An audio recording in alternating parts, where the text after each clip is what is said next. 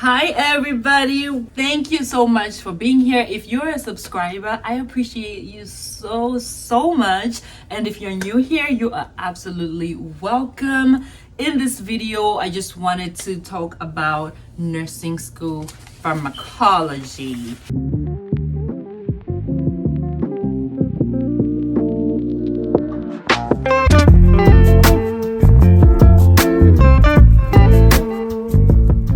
So I just wanted to give you guys study tips about medications in nursing school, because this can be so hard.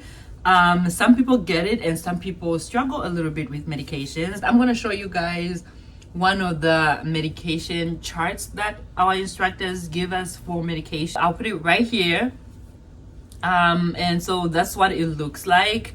As you can see, it's for me, I never feel any motivation to read it. It seems like it's a lot, and it's just a lot of repeating information for a lot of them, and I don't like that, and I don't like reading it at all. And so what I decided is that I'll make my own charts, hence the papers that you saw me throwing around. Okay, I made a mess again.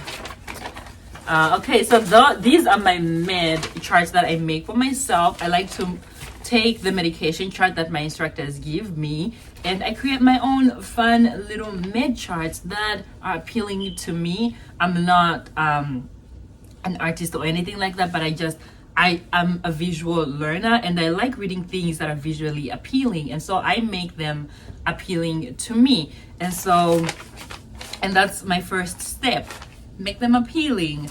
And I use a lot of colors, and I just have fun making them, and that's how I do it. And so also, after I make them, I try to come up with my own little mnemonics. I prefer making my own, and then when I am not able to make my own on a particular thing, then I can look something up, and I just find something that I like, and then I kind of use that. By mnemonic, if you don't know what that is, this is just like a memory trick, something that helps you remember. For example, I'm gonna put this is my surgical medications chart. I'll be looking at it, but I'll put it right up here for you guys. And so I have on NSAIDs, I have adverse effects, as you can see, and I made a little mnemonic that I'm never gonna forget because it's something that I came up with myself. So we have mild NSAIDs, which is ibuprofen, and then we have moderate NSAIDs, which is ketorolac. And so for the adverse effects for ibuprofen, I made it BOG, so BOG, and I never forget that, honestly. This is something that I learned last year. Wait, was it last year? It was last year. It was last year 4, and I've never forgotten it because I came up with it myself. And so I remember that BOG, this is the adverse reactions for ibuprofen. So BOG is bleeding, ototoxicity, and gastric ulcers.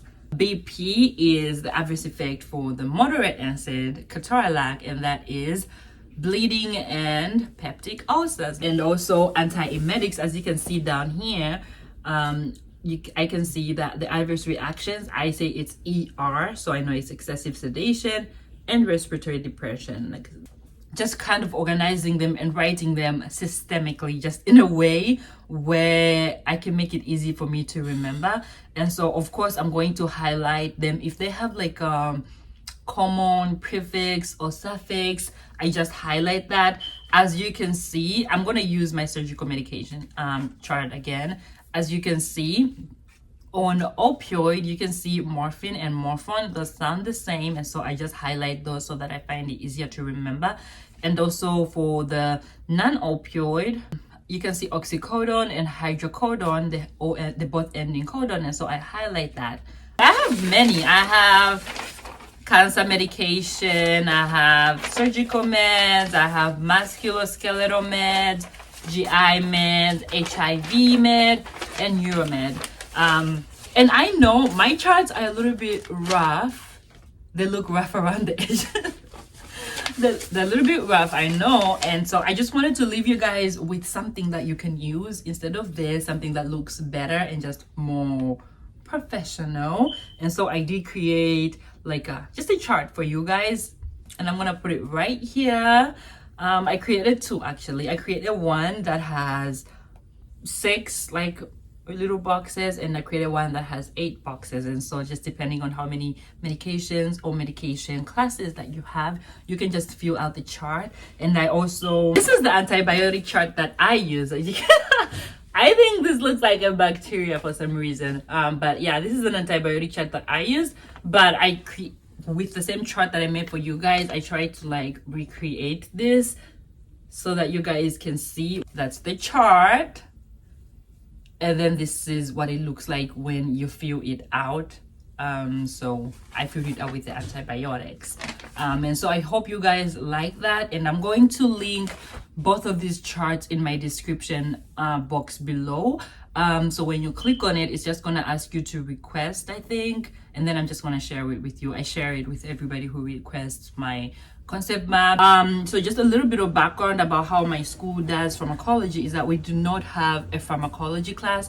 I know some nursing schools have a pharmacology class. I hear my little nephew coming behind me. There he is. We have pharmacology incorporated in like every course that we take. So when we were doing basic med-surg, that was probably the course where we learned most of our medications. It was very medication heavy.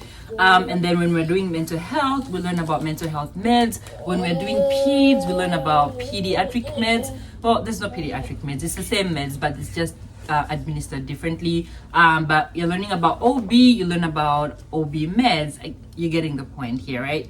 Yeah, so that's how we do it. We do not have a pharm class, and I think I like the way we do it. It just helps me to understand the medications more and to be able to easily apply it to the different disease processes. Like when we're learning about HIV, then we're going to learn about HIV medications. I think that's good, right? What do you guys think compared to like having a pharm class?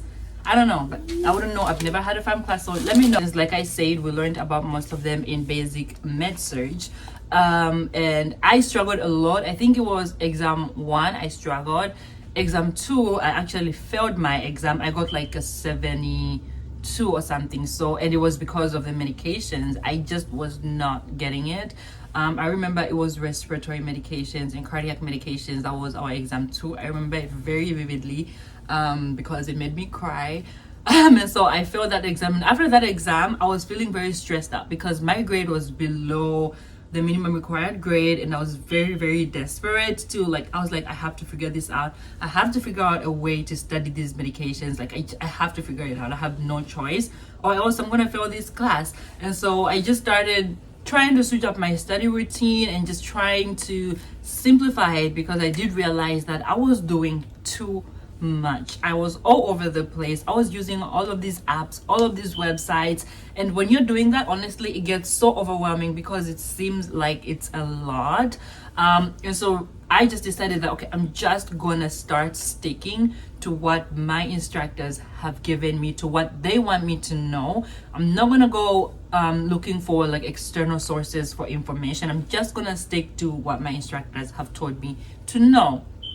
And that, not just with medications, I do that with all of the other topics in nursing school. I try to stick to what my instructors have told me, and I go to external sources when absolutely necessary, when I feel like I've really struggled or my instructors just did not explain this well enough for me. Then I'll go to external sources. But for the most part, I stick to my PowerPoint.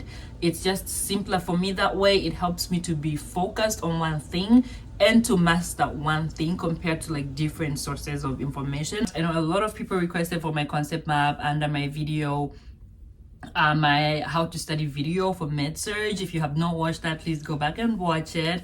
I think it's very, very helpful, and it's packed with information. And so I also shared my concept map that I made in that video, and it's in the description box of that video. I'm gonna try to link it here somewhere. I don't know how to do that yet, but we'll see. And so yeah, and so when you're done watching this video, go in the description box and look for these little tables that I made for you. And that's it for medications, you guys. I hope you guys found this helpful, and please subscribe to my channel. It means absolute world to me. And leave a like for this video if you found it helpful at all. I hope you guys found it helpful in any way, sort of form. And if there's something that you need more help on or more clarification on, don't be afraid to ask me. Just leave a comment down below and I'll be happy to get back to you the best way that I can. Thank you so much for watching my channel. I hope you come back. Bye.